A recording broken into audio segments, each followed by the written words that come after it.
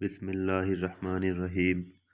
عبداللہ طاہر جب خراسان کے گورنر تھے اور نشاپور اس کا دارالحکومت تھا تو ایک لوہار شہر ہرات سے نشاپور گیا اور چند دنوں تک وہاں کاروبار کیا، پھر اپنے اہل و عیال سے ملاقات کے لیے وطن لوٹنے کا ارادہ کیا اور رات کے پچھلے پہر سفر کرنا شروع کر دیا۔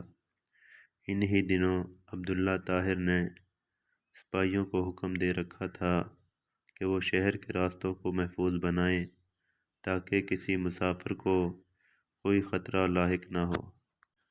اتفاق ایسا ہوا کہ سپاہیوں نے اسی رات چند چوروں کو گرفتار کیا اور امیر خراسان عبداللہ طاہر کو اس کی خبر بھی پہنچا دی، لیکن اچانک ان میں سے ایک چور بھاگ گیا۔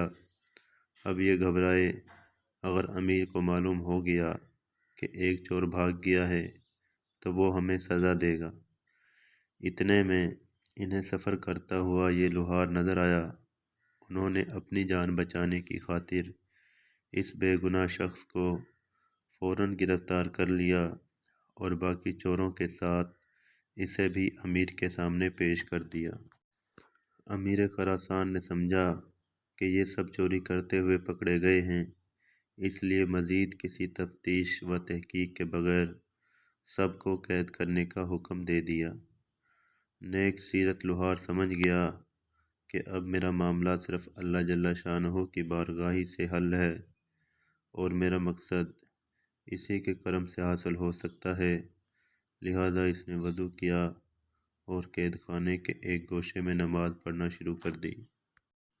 ہر 2 رکعت کے بعد سر سجدہ میں رکھ کر اللہ تعالیٰ کی بارگاہ میں رقت آمیز دعائیں اور دل سوز مناجات شروع کر دیتا اور کہتا، اے میرے مالک، تو اچھی طرح جانتا ہے میں بے قصور ہوں۔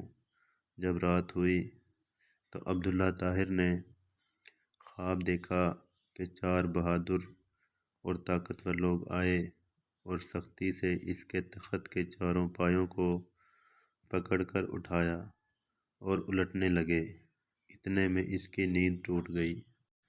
اس نے فوراً لا حول ولا قوت الا باللہ پڑھا، پھر وضو کیا اور اس احکم الحاکمین کی بارگاہ میں 2 رکعت نماز ادا کی، جس کی طرف ہر شاہ و گدا اپنی اپنی پریشانیوں کے وقت رجوع کرتے ہیں۔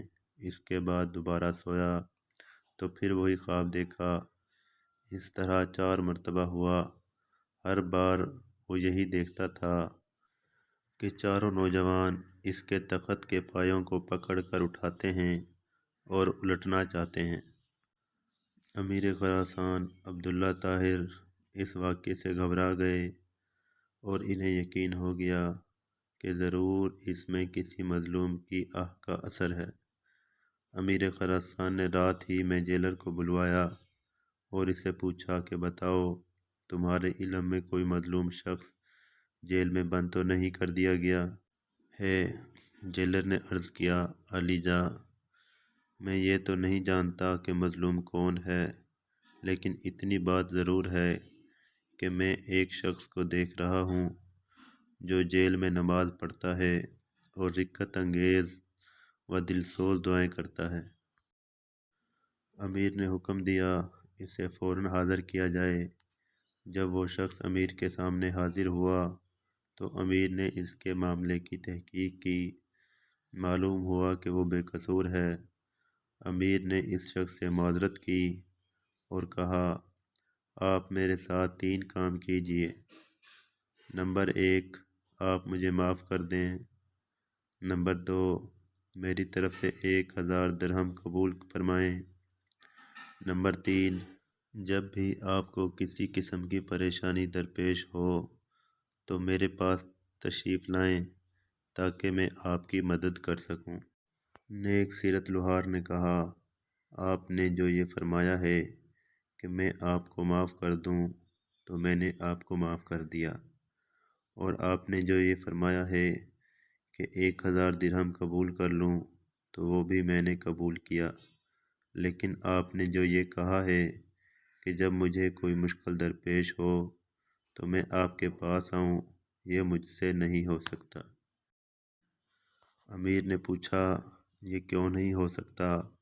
تو اس شخص نے جواب دیا کہ وہ خالق و مالک جل جلالہ جو مجھ جیسے فقیر کے لیے آپ جیسے بادشاہ کا تخت ایک رات میں 4 مرتبہ اوندا کر سکتا ہے، تو اس کو چھوڑ دینا اور اپنی ضرورت کسی دوسرے کے پاس لے جانا اصول بندگی کے خلاف ہے۔ میرا وہ کون سا کام ہے جو نماز پڑھنے سے پورا نہیں ہو جاتا کہ میں اسے غیر کے پاس لے جاؤں؟ یعنی جب میرا سارا کام نماز کی برکت سے پورا ہو جاتا ہے تو مجھے کسی اور کے پاس جانے کی کیا ضرورت ہے؟